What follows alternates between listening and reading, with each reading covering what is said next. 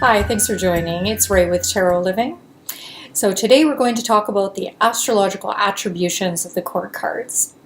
So this is a really big subject, and I'm sure that I'm not going to touch on all of it by any stretch of the imagination. However, I do want to just talk about a couple of little things. So just to preface this, I have to say that I do follow the astrological attributions that were set out by the Hermetic Order of the Golden Dawn, which was an esoteric group that was developed in 1888. Aleister Crowley, who created the Thoth deck, and Arthur E. Waite, who created Rider-Waite-Smith, were both part of the Golden Dawn, and they were really doing a lot of research and work on tarot as it related to esoteric practices. So the Golden Dawn really developed much of what we understand in terms of our tarot card meanings today. It actually is rooted in the esoteric work that the Golden Dawn did years and years ago, relating tarot to the Kabbalah. And the numbering system is related to the Kabbalah and also related to the astrological attributions that were given, along with Hebrew letters. So it's very complex and it's very detailed, and I'm only going to touch on a few of the things today. So I essentially follow the main system, which is the system from the Golden Dawn in terms of attributions. There are a few systems, though, that differ from it, and they've maybe created their own system or they follow a different system. So it is by no means the only system out there. I'm giving you the basic older system of the Golden Dawn, and you can take it and determine whether it's right for you. You can do more research on it and figure out whether you want to make adjustments or changes accordingly. I mean, I think at the end of the day, we have a right, if we need to or want to make some adjustments if that is what we want to do. There are people who create tarot decks that do adjust the astrological attributions. There are several tarot decks out there that do not follow the Golden Dawn system. So I just wanted to preface it by saying that. Okay, so in our last videos we talked about rank. Court card rank, meaning is it a page, is it a knight, a queen, or a king? They all have description of the rank, and we talked about that in our first video. The thing that we're going to talk about today is what we call modality, and I have touched on this before.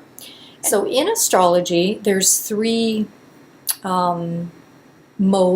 We call it modality, but there's three, it's characteristics of energy movement. That's the way I'm going to describe it. And these characteristics of energy movement are called cardinal, fixed, and mutable. And you will hear a lot of this if you are into astrology, if you read about astrology, if you're getting into tarot with astrological attributions. This is something you need to know. So it is cardinal, fixed, and mutable. Every court card by rank is going to land either in the cardinal, fixed, or mutable. Queens are all cardinal, fixed are all kings, and mutable are all knights. Pages do not have an astrological attribution. Pages are considered to be almost like the earthly throne of the aces, and they actually rule a quadrant of the earth, and they do not relate to a specific astrological sign, just as the aces do not as well in the minor arcana. They don't have astrological attributions. So we just need to worry about the knights, the queens, and the kings.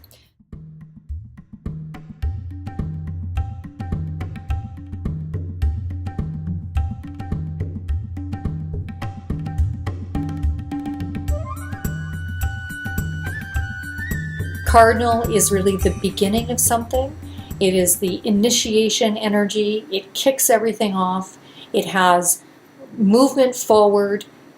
People with cardinal energy and cardinal signs are great at starting something. They're not necessarily excellent at finishing it, but they're great at starting something, and they have a lot of initiation energy. And queens are put under cardinal signs. And there are 4 cardinal signs: Aries, Cancer, Libra, and Capricorn. So those 4 queens go under those respectively. The second one, modality, is fixed, and fixed is in the center of cardinal and mutable. Fixed is in the middle. It's saying that I've created some stability, I don't move in either direction, easily. I'm creating the stability of the situation. I'm good at sticking to things. I have a kind of a groundedness to me. And that's fixed energy. And there's 4 fixed signs in astrology. And the 4 fixed signs are Taurus, Leo, Scorpio, and Aquarius. So we are putting kings under the fixed signs. So kings would relate to all of the fixed signs. The third modality is mutability, and mutability is where we've come to the end of the experience and now we're in changeability mode. I'm malleable, I'm adaptable, I'm changeable.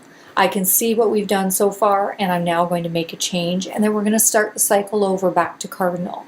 So it's a continual cycle of change and birth and rebirth and death and moving on, and it is the way of the world, really. These 3 modalities are the way we experience life and human experience. So all the nights will relate to the mutable signs in astrology. And the mutable signs in astrology are Gemini, Virgo, Sagittarius, and Pisces. So nights relate to those signs. Before we get started, there is one thing that you should be aware of. So when we're looking at the court cards relating to the signs, each court card actually has a primary sign that they relate to. So for example, the Queen of Wands relates or rules Aries, which includes 0 to 20 degrees of that particular sign, so the first 20 degrees. However, the Golden Dawn, in their infinite wisdom, felt that court cards and personality cards were dynamic by nature, and that they not only ruled one sign, but they actually would overlap and rule or relate to 10 degrees of the sign before their primary sign. So in the case of the Queen of Wands, which primary sign is Aries, it also relates to 20 to 30 degrees, so the last 10 degrees of the sign right before it, which is Pisces. So the Queen of Wands really relates to 20 to 30 degrees of Pisces and 1 to 20 degrees of Aries. So I'm going to show you an astrology wheel in a moment where the outer ring, you can see the outer circle, has the degrees in case you want to know them. However, when you're first starting, it's really best to just stick with the primary sign and learning that one first. And as you get more comfortable, you can learn the secondary sign, which comes right before it. I hope that's helpful. I'm now going to show you that same information on an astrology wheel. So if we were going to take the same information and we're going to put it on a wheel astrologically, it's going to look like this. Now remember that a natural astrology wheel always starts with Aries on the left-hand side of the wheel, and it is going to go around, so it's going to go down. So it's counterclockwise. So I'm going to show you now what that looks like if you put all of that information on an astrology wheel. Queen of Wands kicks it off with Aries.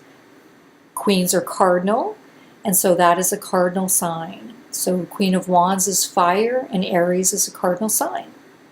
Second one is King of Pentacles. King of Pentacles is fixed because all of the kings are under fixed, and he's earth. So he's King of Pentacles under Taurus. The third one is the Knight of Swords, and all the knights are mutable. So the Knight of Swords for air is under Gemini. The fourth one is Queen of Cups, and all the queens are cardinal, as you know. So under Cups is water, and a cardinal water in astrology is Cancer. So she falls under Cancer. The next one is the King of Wands. And the King of Wands, all the kings are fixed, and Leo is fixed. So Leo fire is fixed in astrology, and he falls under Leo. The next one is the Knight of Pentacles, and all the knights are mutable, and so he's mutable Pentacle, which is earth, and mutable earth in astrology is Virgo. Queen of Swords. So the Queen of Swords, all the queens are cardinal, and she is Swords, which is air, and cardinal air in astrology is Libra. And King of Cups, all the kings are fixed, and Cups is water, and fixed water in astrology is the sign of Scorpio. Knight of Wands. So the Knight of Wands, all the knights are mutable, and he's in Wands, which is fire. Mutable fire in astrology is Sagittarius. Queen of Pentacles, so all the queens are cardinal, and she's Earth. Cardinal Earth is under Capricorn in astrology. King of Swords, and all the kings are fixed, and he's under Swords, which is air. So fixed air in astrology is the sign of Aquarius. And lastly, the Knight of Cups. All the knights are mutable, and cups is water, and mutable water in astrology is the sign of Pisces. And so that is your astrology wheel. Okay, so from that you can see where the court cards are landing in terms of each of the signs. They do have an overlap of those few degrees, but we're just going to deal with the primary signs. So you are going to focus on learning and knowing the primary signs that they are ruled by. I hope you found this helpful. Basically, this video is just to list off and to understand what the astrological attributions of your court cards are. It's not going to help you with all of your interpretation yet, because my next 12 videos are going to do that. But these are the astrological attributions as they relate to the Golden Dawn system. So I hope this has been helpful. Please do take notes, write it down, do some study, and then, feel free to go on to my next videos as I'm able to post them. And I'm going to be doing in my next videos one video for every court card to give you information about the court card and the sign in particular that they fall under. And then we're going to do a sample reading for each one. So I hope you have found this series very helpful, and please don't forget to give me a thumbs up or throw me a comment, because I do love hearing from you very much. Thanks so much for watching. Take care.